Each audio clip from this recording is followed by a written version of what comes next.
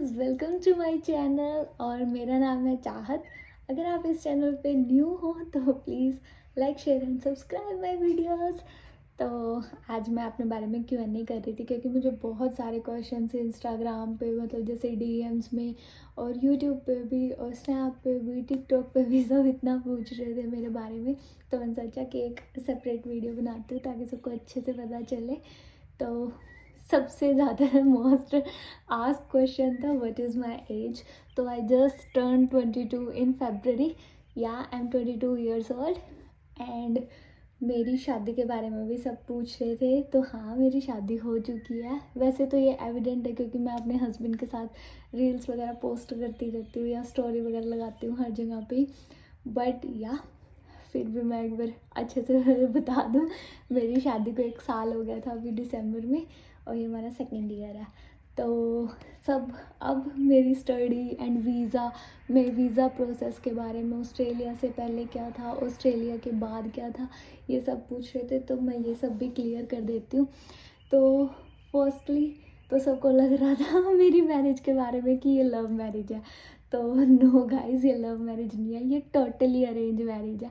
हाँ, वो कन्वर्ट बहुत जल्दी लव में हो गई थी क्योंकि अब तो मतलब ऐसा है कि अगर हमें हमारे जैसे जैसे हम बात करते हैं या कहीं पे भी, लाइक मैं अपने जैसे शादी के लिए, तो उन्होंने मेरे से पूछा कि is it a love marriage और अरेंज मैरिज। तो मैं खुद सोच में पड़ गई कि ये क्या है हमारी। तो मेरे भाई ने बताया arrange marriage and I be like हैं। हाँ, फिर मेरे याद आया कि हाँ, अरेंज मैरिज ही तो है। तो मतलब इतना हमारा वर्ड अच्छा है बाय गॉड ग्रेस कि हाँ, हम लगते लव मैरिज जैसे पर हमारी अरेंज मैरिज है। और कुछ लोगों को तो अभी भी trust. Hello guys, so I am back. तो सुबह हम शॉपिंग करने के लिए चले गए थे but now I am back. तो मैं आपके आगे आंसर करती हूँ।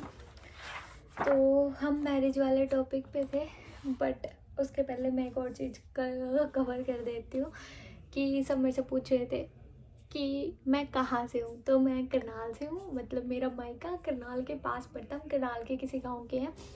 गांव थोड़ा पर्सनल हो जाएगा इसलिए नहीं बता रही, बट या हम करनाल से हैं और मेरा ससुराल अम्बाला में है। तो मैं दोनों जगह से बिलोंग करती हूँ। तो मैं अपनी शादी का बता रही थी। तो या मेरी शादी 100% अरेंज है और कुछ लोगों ने मेरे घर वालों को, इवन मेरे रिश्तेदारों को बोला है कि ये लव मैरिज है। और बोला भी उन लोगों को है जो जिन्होंने मतलब करवाई है शादी। तो मतलब इस बात का कोई तुक नहीं बनता। बट या वेट अ सेकेंड। या तो हमारी शादी कैसे हुई थी, अरेंज मैरिज हमारी कैसे हुई थी। तो जो मेरे कुनबे होते हैं, मतलब पूरी फैमिली, जो दादा और के भाई थे, तो आगे उनके जो फैमिलीज होती है, अलग अलग फैमिलीज, बट वो पूरा एक टब्बर बोलते हैं। टब्बर सुना होगा जिन्होंने, टब्बर वर्ड या कुनबा। तो या मेरे कुनबे में मेरी एक सिस्टर थी शालू, जिनको पता होगा। तो उनके मामा की लड़की और वो लगता है मेरी मासी की लड़की। तो और मोहित के लगते हैं वो भाभी। तो उन दोनों ने सोचा था फर्स्टली हमारे रिश्ते के बारे में कि हम दोनों की जोड़ी अच्छी लगेगी। देन घर पे बात की, मोहित और के घर पे बात की, मतलब मोहित की साइड पे। तो उन्होंने मेरी फ़ोटो दिखाई थी उनको और मेरे इन लॉज को मैं फ़ोटो से ही पसंद आ गई थी। तो फिर उन्होंने हमारे यहाँ पे रिश्ता भेजा। बट सबको पता है कि हर जगह पे भाजी ये सब वो सब होता रहता है। और उस टाइम मेरे घर पे शादियाँ थी तो, और मेरी एज भी छोटी थी, तो किसी ने ऐसा इतना ध्यान नहीं दिया कि हाँ भाई की शादी करनी है ना। कब उस टाइम किसी ने सोचा था। हाँ, और मुझे ये भी बहुत सुनने में आया था कि लोगों को लगता है मेरे घर वालों ने मेरी धक्के से शादी की है मतलब सीरियसली यार, क्योंकि फर्स्ट इम्प्रेशन में हम दोनों शादी के लिए रेडी नहीं थे। बट हम दोनों के पास ही चॉइस थी, तो मोहित की तरफ से भी फिर हाँ थी और मेरी तरफ से भी। और मेरी फैमिली के हर मेंबर ने मेरे से पूछा था, मतलब मेरे भाई और ने, सारे भाई मेरे लिए सब है। तो उन्होंने भी मेरे से पूछा था, मेरी मम्मा ने भी पूछा था, मेरे बड़े पापा ने भी बोला था कि हाँ अगर चाह ठीक है तो हमें शादी से कोई प्रॉब्लम नहीं है। और जिस टाइम शादी हुई थी उस टाइम मैंने बस एक ही चीज़ बोली थी कि भाई अभी मेरे को नहीं करनी, मेरे को पहले मास्टर्स करनी है। उस टाइम मेरे को था कि मैं पहले अपनी मास्टर्स कंप्लीट करूँ, एमएससी करने का मेरा मन था कंप्यूटर साइंस में। फिर मैंने वो प्लान ड्रॉप कर दिया। तो मैंने बोला था कि मैं 2 साल बाद शादी करूँगी, तो इस चीज़ से घर वाले भी ओके थे कि हाँ 2 साल बाद होएगी। तो उन्होंने मोहित की फैमिली को भी बोल दिया था कि 2 साल बाद शादी होगी। तो ये शादी मेरी पूरी मर्जी से हुई थी। मेरे ऊपर ना कोई प्रेशर था, ना कोई धक्का था, ना किसी ने मतलब ये बोला था कि तेरी अभी कर देंगे, ऐसा कुछ नहीं था। मैंने अपने मन से हाँ की थी कि हाँ मैं रेडी हूँ, बट अभी मुझे इतना टाइम चाहिए और इतने टाइम में मैं फुली सेटिस्फाइड थी कि हाँ भाई अब मेरा टाइम हो गया। तो फिर आते हैं मोहित के ऊपर क्वेश्चंस। कुछ लोग ये बोलते हैं कि मतलब हमारी शादी बैंड के चक्कर में हुई है कि बाहर आने के चक्कर में हुई है। तो उनको बता दूँ, हमारे रिश्ते की बात हुई थी दिसंबर में, और फैब में फैमिलीज़ के अंदर अच्छे से बात हो गई थी कि हाँ मतलब रिश्ते की बात आगे बढ़ गई थी कि हाँ भाई मिलना विलना है, ये सब होने लग गया था तब। तो फरवरी में मोहित का या फैब में मोहित ने अपनी फाइल लगानी थी। तो ये था कि वो उस ईयर मतलब चले जाएंगे ऑस्ट्रेलिया, बट उसी टाइम कोविड की वेव आ गई। देन ऑस्ट्रेलिया ने अपने बॉर्डर बंद कर दिए, तो मोहित नहीं जा पाए थे। मोहित के उस टाइम ऑलरेडी बैंड आ रखे थे। और मैं बता दूँ, मोहित स्टडी में बहुत ज़्यादा ब्रिलियंट है, उनको मेरी तो किसी चीज़ में ज़रूरत नहीं है। मतलब जितना दिमाग मेरे में होगा ना, मेरे से तो 5-10 गुना ले रखी है। तो मोहित के ग्रेजुएशन में भी 97% है। वो एक सिविल इंजीनियर है बाय फील्ड, और उन्होंने अपने आप ही आइल्स की प्रैक्टिस की थी और विद इन 2 वीक्स उनके बैंड भी आ गए थे। और मोहित ने जेई आई थिंक कोई कॉम्पिटिटिव एग्ज़ाम था जिसमें ओवरऑल इंडिया में 118th रैंक लिया था, विच इज़ वेरी गुड। मैं तो इतना कभी नहीं ले सकती, मैं तो बल्कि कभी कोई एग्ज़ाम भी नहीं अटेंड किया। तो या मोहित बहुत ज़्यादा ब्रिलियंट स्टूडेंट है। और रही बात जॉब्स वगैरह की, तो मोहित एमएनसी में जॉब करते थे इंडिया के अंदर ही। जब वो इंडिया में थे, उनकी ग्रेजुएशन होने के बाद ही हमारा रिश्ता हुआ था ना, तो उसी टाइम मोहित ने अपनी जॉब शुरू कर दी थी और वो एक एमएनसी कंपनी में थे और उनकी जॉब काफ़ी अच्छी थी। और विद इन 6 मंथ उनको 2 प्रमोशन भी मिल गए थे, बट उनका मन था कि उन्हें बाहर जाना है। और ये नहीं, इनके सारा फ्रेंड्स ग्रुप सब ऑलरेडी ऑस्ट्रेलिया में है, कोई 1-2 बंदा ही रहता। अब तो पीछे मेरे ख्याल से कोई रहता भी नहीं है, सब ऑस्ट्रेलिया के अंदर है। तो यार इनका सारा फ्रेंड्स ग्रुप यहीं पे है। और मेरे आइल्स पीटी के बारे में पूछ रहे थे कि मैंने आइल्स किया या मैंने पीटी किया। तो स्टार्टिंग में जब ये हुआ था कि वेव की वजह से मोहित का ये हो गया था कि अभी प्लान थोड़ा ड्रॉप करना पड़ रहा है क्योंकि ऑस्ट्रेलिया के बॉर्डर बंद थे और मोहित को आना ऑस्ट्रेलिया था। फिर हमने सोचा कि इतना तो बैंड एक्सपायर हो जाएंगे, तो मैं कर लेती हूँ कि मेरे बेस पे फाइल हो जाएगी। क्योंकि फिर मैं मतलब यहाँ पे ये चक्कर था ना कि फुल वर्किंग राइट्स तो मोहित को ही मिलेंगे अगर मेरे बेस पे फाइल होएगी, अगर उनके बेस पे फाइल होएगी तो फुल वर्किंग राइट मेरे को मिलेंगे, जिसका कोई फ़ायदा नहीं था।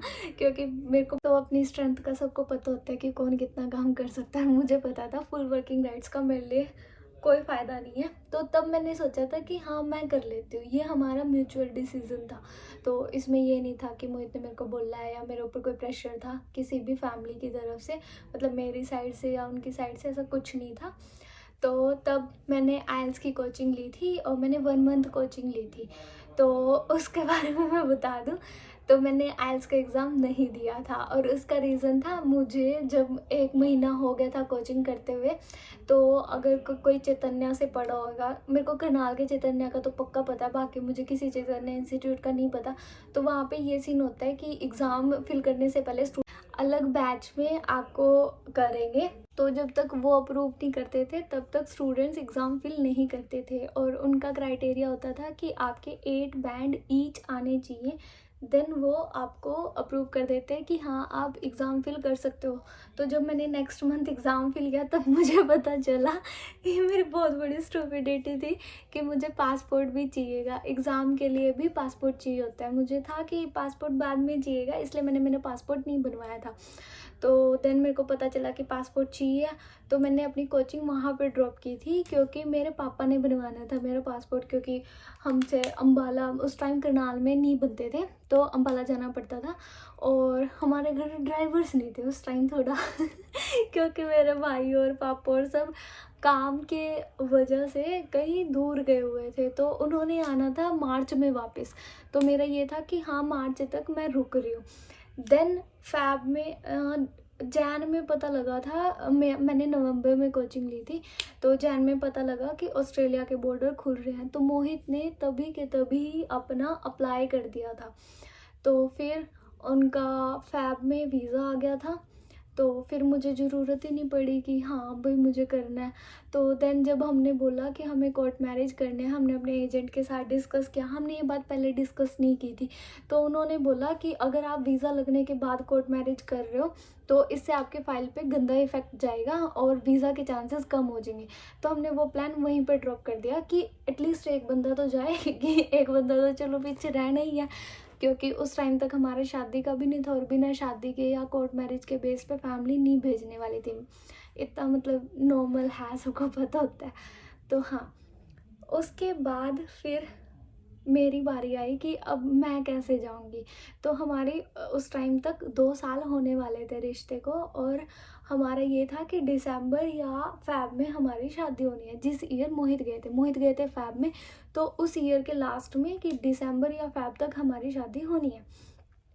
तो फिर सीन हुआ कि मैं कैसे जाऊंगी, कि अगर सबसे पहले हमने सोचा कि जैसे स्टूडेंट के मतलब मोहित के बेस पे ही मेरी फ़ाइल लगाते हैं, तो उसमें ये होता है कि आपका जो वेटिंग पीरियड होता है वो 3 months to up to 1.5 year तक चला जाता है। तो हम इतना वेट नहीं चाहते थे, ना मैं चाहती थी, ना मोहित, ना हमारी फैमिलीज़, कि हम इतने टाइम तक सेपरेट रहें।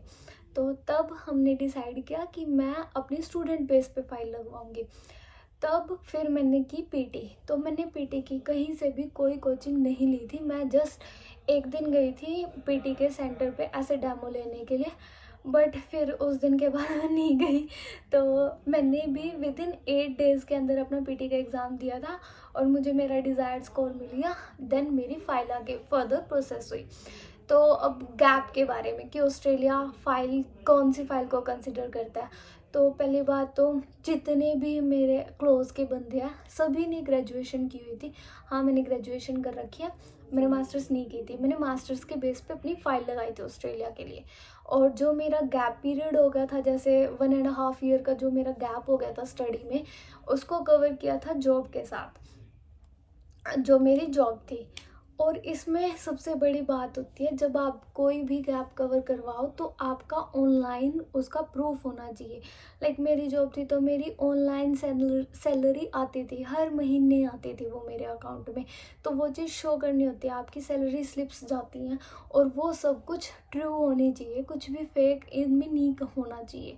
अदरवाइज़ प्रॉब्लम हो जाती है, वीज़ा नहीं लगते और रिफ्यूज़ल आ जाते हैं। तो मेक श्योर सब चीज़ें आप रियल रखो। देन मेरी फ़ाइल हुई। तो मेरे जो पहले जिनसे मेरी फ़ाइल लगी थी उनकी वजह से, मतलब उन्होंने पहले ध्यान नहीं दिया मेरी फ़ाइल पर। हमें ये था कि मेरा सब कुछ डॉक्यूमेंटेशन वगैरह सब कुछ कंप्लीट था, मेरा जीटी वगैरह सब हो गया था, कि ये था कि मेरा फ़ैब में वीज़ा आ जाएगा, कि दिसंबर में हम अप्लाई करेंगे और फ़ैब तक मेरा वीज़ा आ जाएगा। बट हमारे एजेंट की कमी की वजह से वहाँ पे मेरी फ़ाइल अटक गई। उन्होंने आगे फर्दर प्रोसेस ही नहीं किया और हमें बोलते रहे कि हाँ हम कर रहे हैं कर रहे हैं। तो देन हमें पता चला कि फ़ैब में अब हमें फिर से अप्लाई करना पड़ेगा। देन हमने एजेंट चेंज किया और सब मेरे एजेंट के बारे में पूछ रहे थे। तो मैंने मेरी फ़ाइल करनाल से लगवाई थी। पहले मेरे लाडवा थे चैतन्या वाले, फिर मेरी करनाल आके फ़ाइल लगी। और करनाल भी जो जिन्होंने मेरी फ़ाइल लगाई थी वो मोहित ने ही ढूंढे थे, और उनका नाम उनका नाम ही मैं भूल गई। बट वो बहुत अच्छे हैं, बहुत अच्छे। अगर किसी को भी करनाल में अपनी फ़ाइल लगवानी है, करनाल के आसपास का है कोई, तो आई हाईली रिकमेंड देम। आप सीधा नूतन मैम से जाके मिलना, नूतन मैम, नूतन पुंडीरा उनका फुल नेम, तो उनसे जाके मिलना।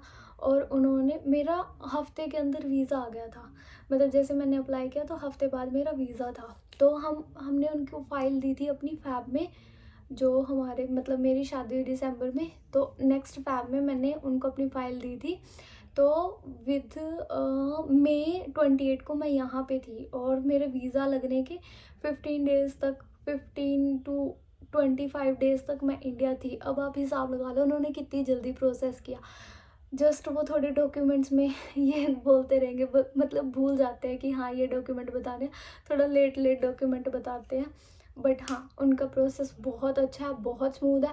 वो कोई भी चार्जेस भी नहीं लेते, मतलब जैसे अपनी फ़ाइल लगवाने के लिए कोई भी उनका चार्जेस नहीं है। वो सिर्फ यूनिवर्सिटी की तरफ से जो कमीशन होता है वो ही लेते हैं। तो देन मेरा वीज़ा लगा, मैं मई में यहाँ आई थी। अब मई के बाद सब पूछते हैं उसके बाद मेरे स्टूडेंट वीज़ा का क्या रहा।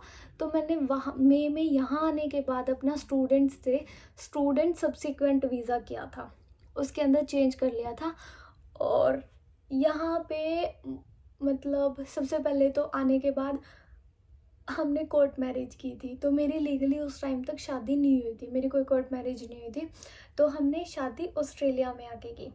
तो ऑस्ट्रेलिया में हफ्ते के बाद ही मेरी शादी थी, मेरी शादी वाला व्लॉग सबने देखा ही होगा।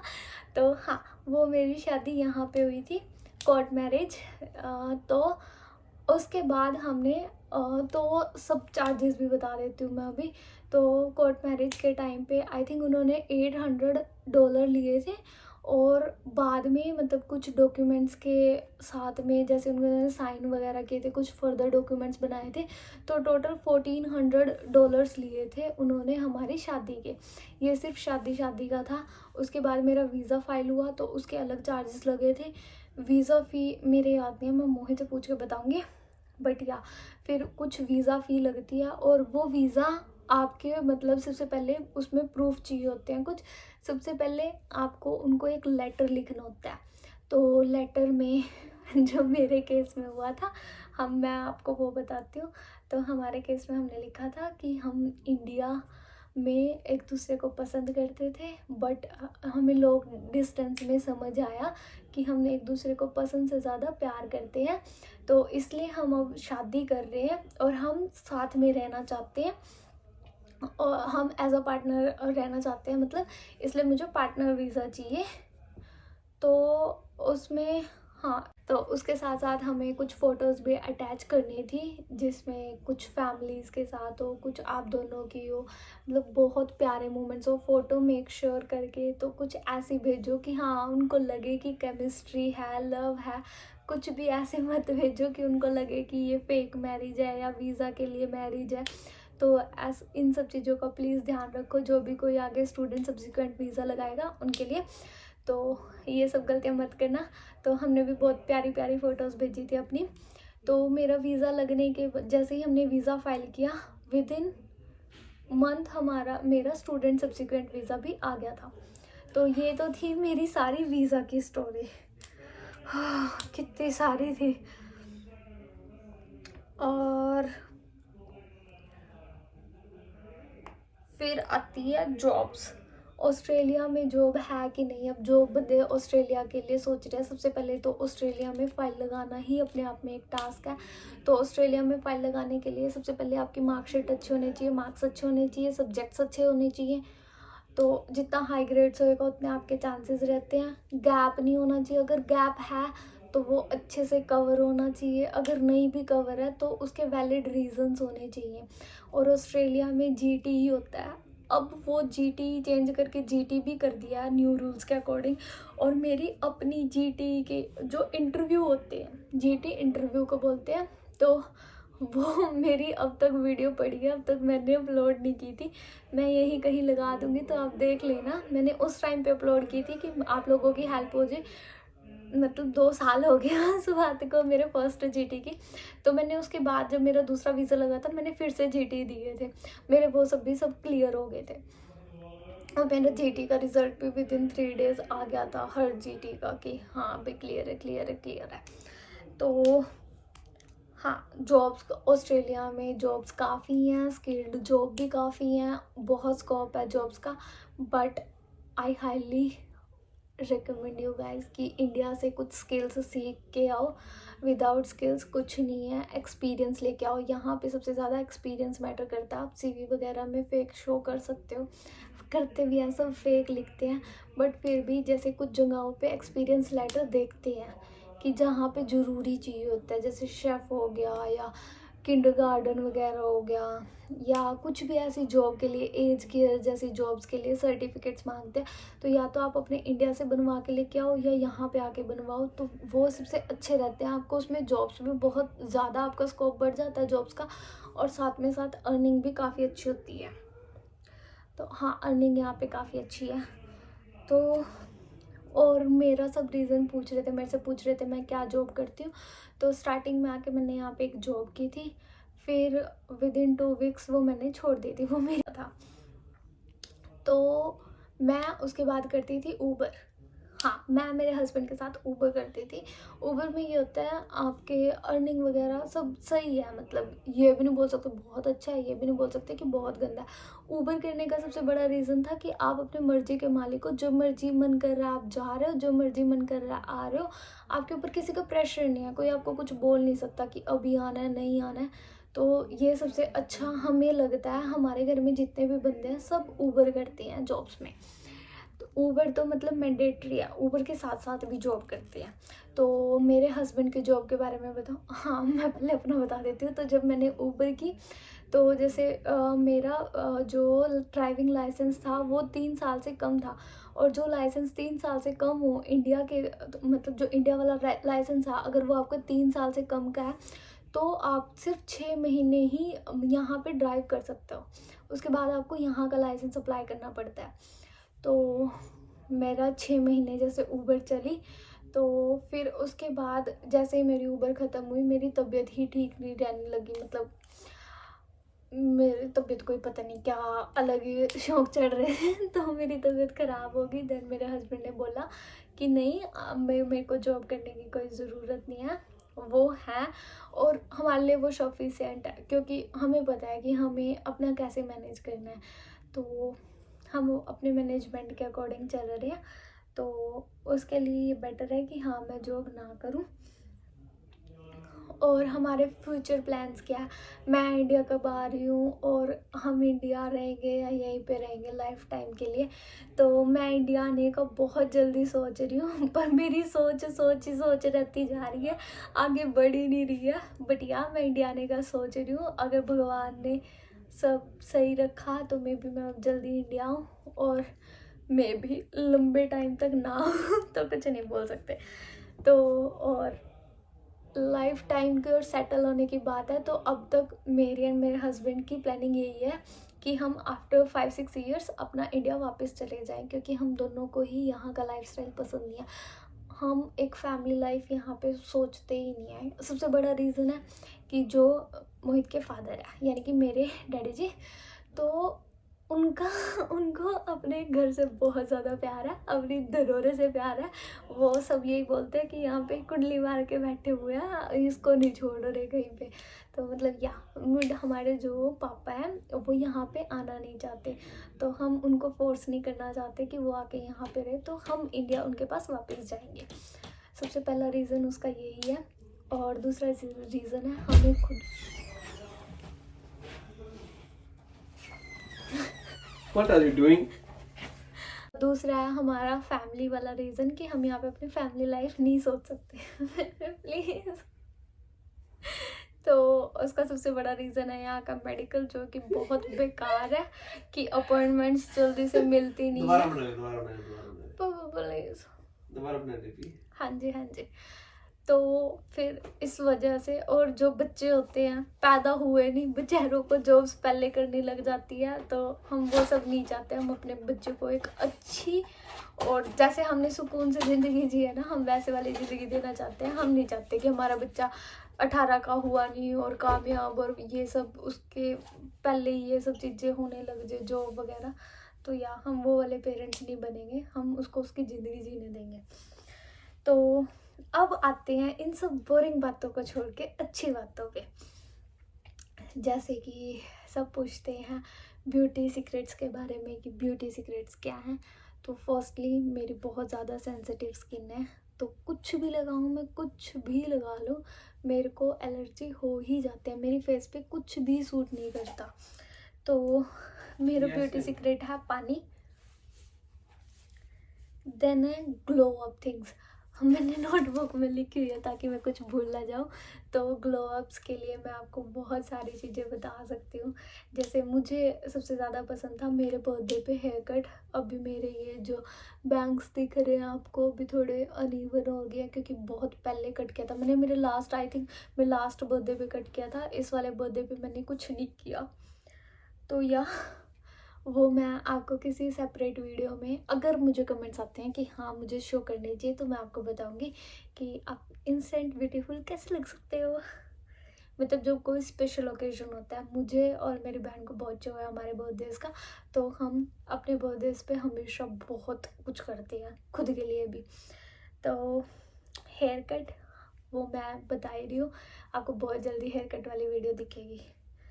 और मुझे सोफिया दी का कमेंट आया था मेरे हैप्पी, मैं इतना ज़्यादा हैप्पी कैसे रह लेती हूँ। तो सबसे पहले खुद को खुश रखना इज़ नॉट वेरी टफ। आपको पता होता है आपको क्या पसंद है क्या नहीं पसंद है। तो जब मन ज़्यादा उदास है तो सिर्फ अपने पसंद की चीज़ें करो, कुछ टाइम लोगों को भूल जाना चाहिए। और सबसे जो ज़रूरी चीज़ है लाइफ में वो ये है कि सबसे ज़्यादा इंसान मैटर करता है, ना उसके कपड़े, ना किसी और की सोच, ना वो बंदा कैसा है, मतलब दूसरों के साथ कैसा है या आवारा है। जैसे बोल देते हैं कि भाई कोई बंदा आवारा है और इस बंदे के साथ नहीं रहना, ये सब चीज़ें बोलते हैं। तो ये सब कुछ एट द एंड मैटर नहीं करता। अगर कोई बंदा किसी और के साथ कैसा है तो वो किसी रीज़न के साथ उस बंदे के साथ ऐसा होगा। आपके साथ वो बंदा कैसा है ये मैटर करता है। तो आपको सबके साथ अच्छा रहना चाहिए। अगर आप सबके साथ अच्छे रहोगे, आपको ना अंदर से वो फील रहेगी हमेशा कि हाँ भी मैं अच्छा इंसान हूँ। और जब तक अंदर वो फील है ना, तो आप हमेशा हैप्पी रहोगे। मेरा तो सिंपल सा फंडा यही है। वैसे भी जिससे भी मिलो अच्छे से खुश होके मिलो, ठीक है। कोई आपका कुछ ले नहीं रहा, आप किसी का कुछ ले नहीं रहे। तो अगर आप किसी के साथ बोलना ही है तो खुश होके बोल लोगे तो उसमें आई थिंक कोई हर्ज नहीं है। तो जब भी किसी को मिलो अपनी अच्छी वाइब्स उनको भी सेंड करो कि वो भी खुश रहे और आप भी खुश रहो। तो बुलिंग मेरे साथ भी बहुत हुई है, बहुत क्रेजी स्टफ हो गया, मैं कभी बाद में बताऊंगी। तो मेकअप और स्किन केयर, मैं दोनों चीज़ आपको एक चीज़ में बता देती हूँ।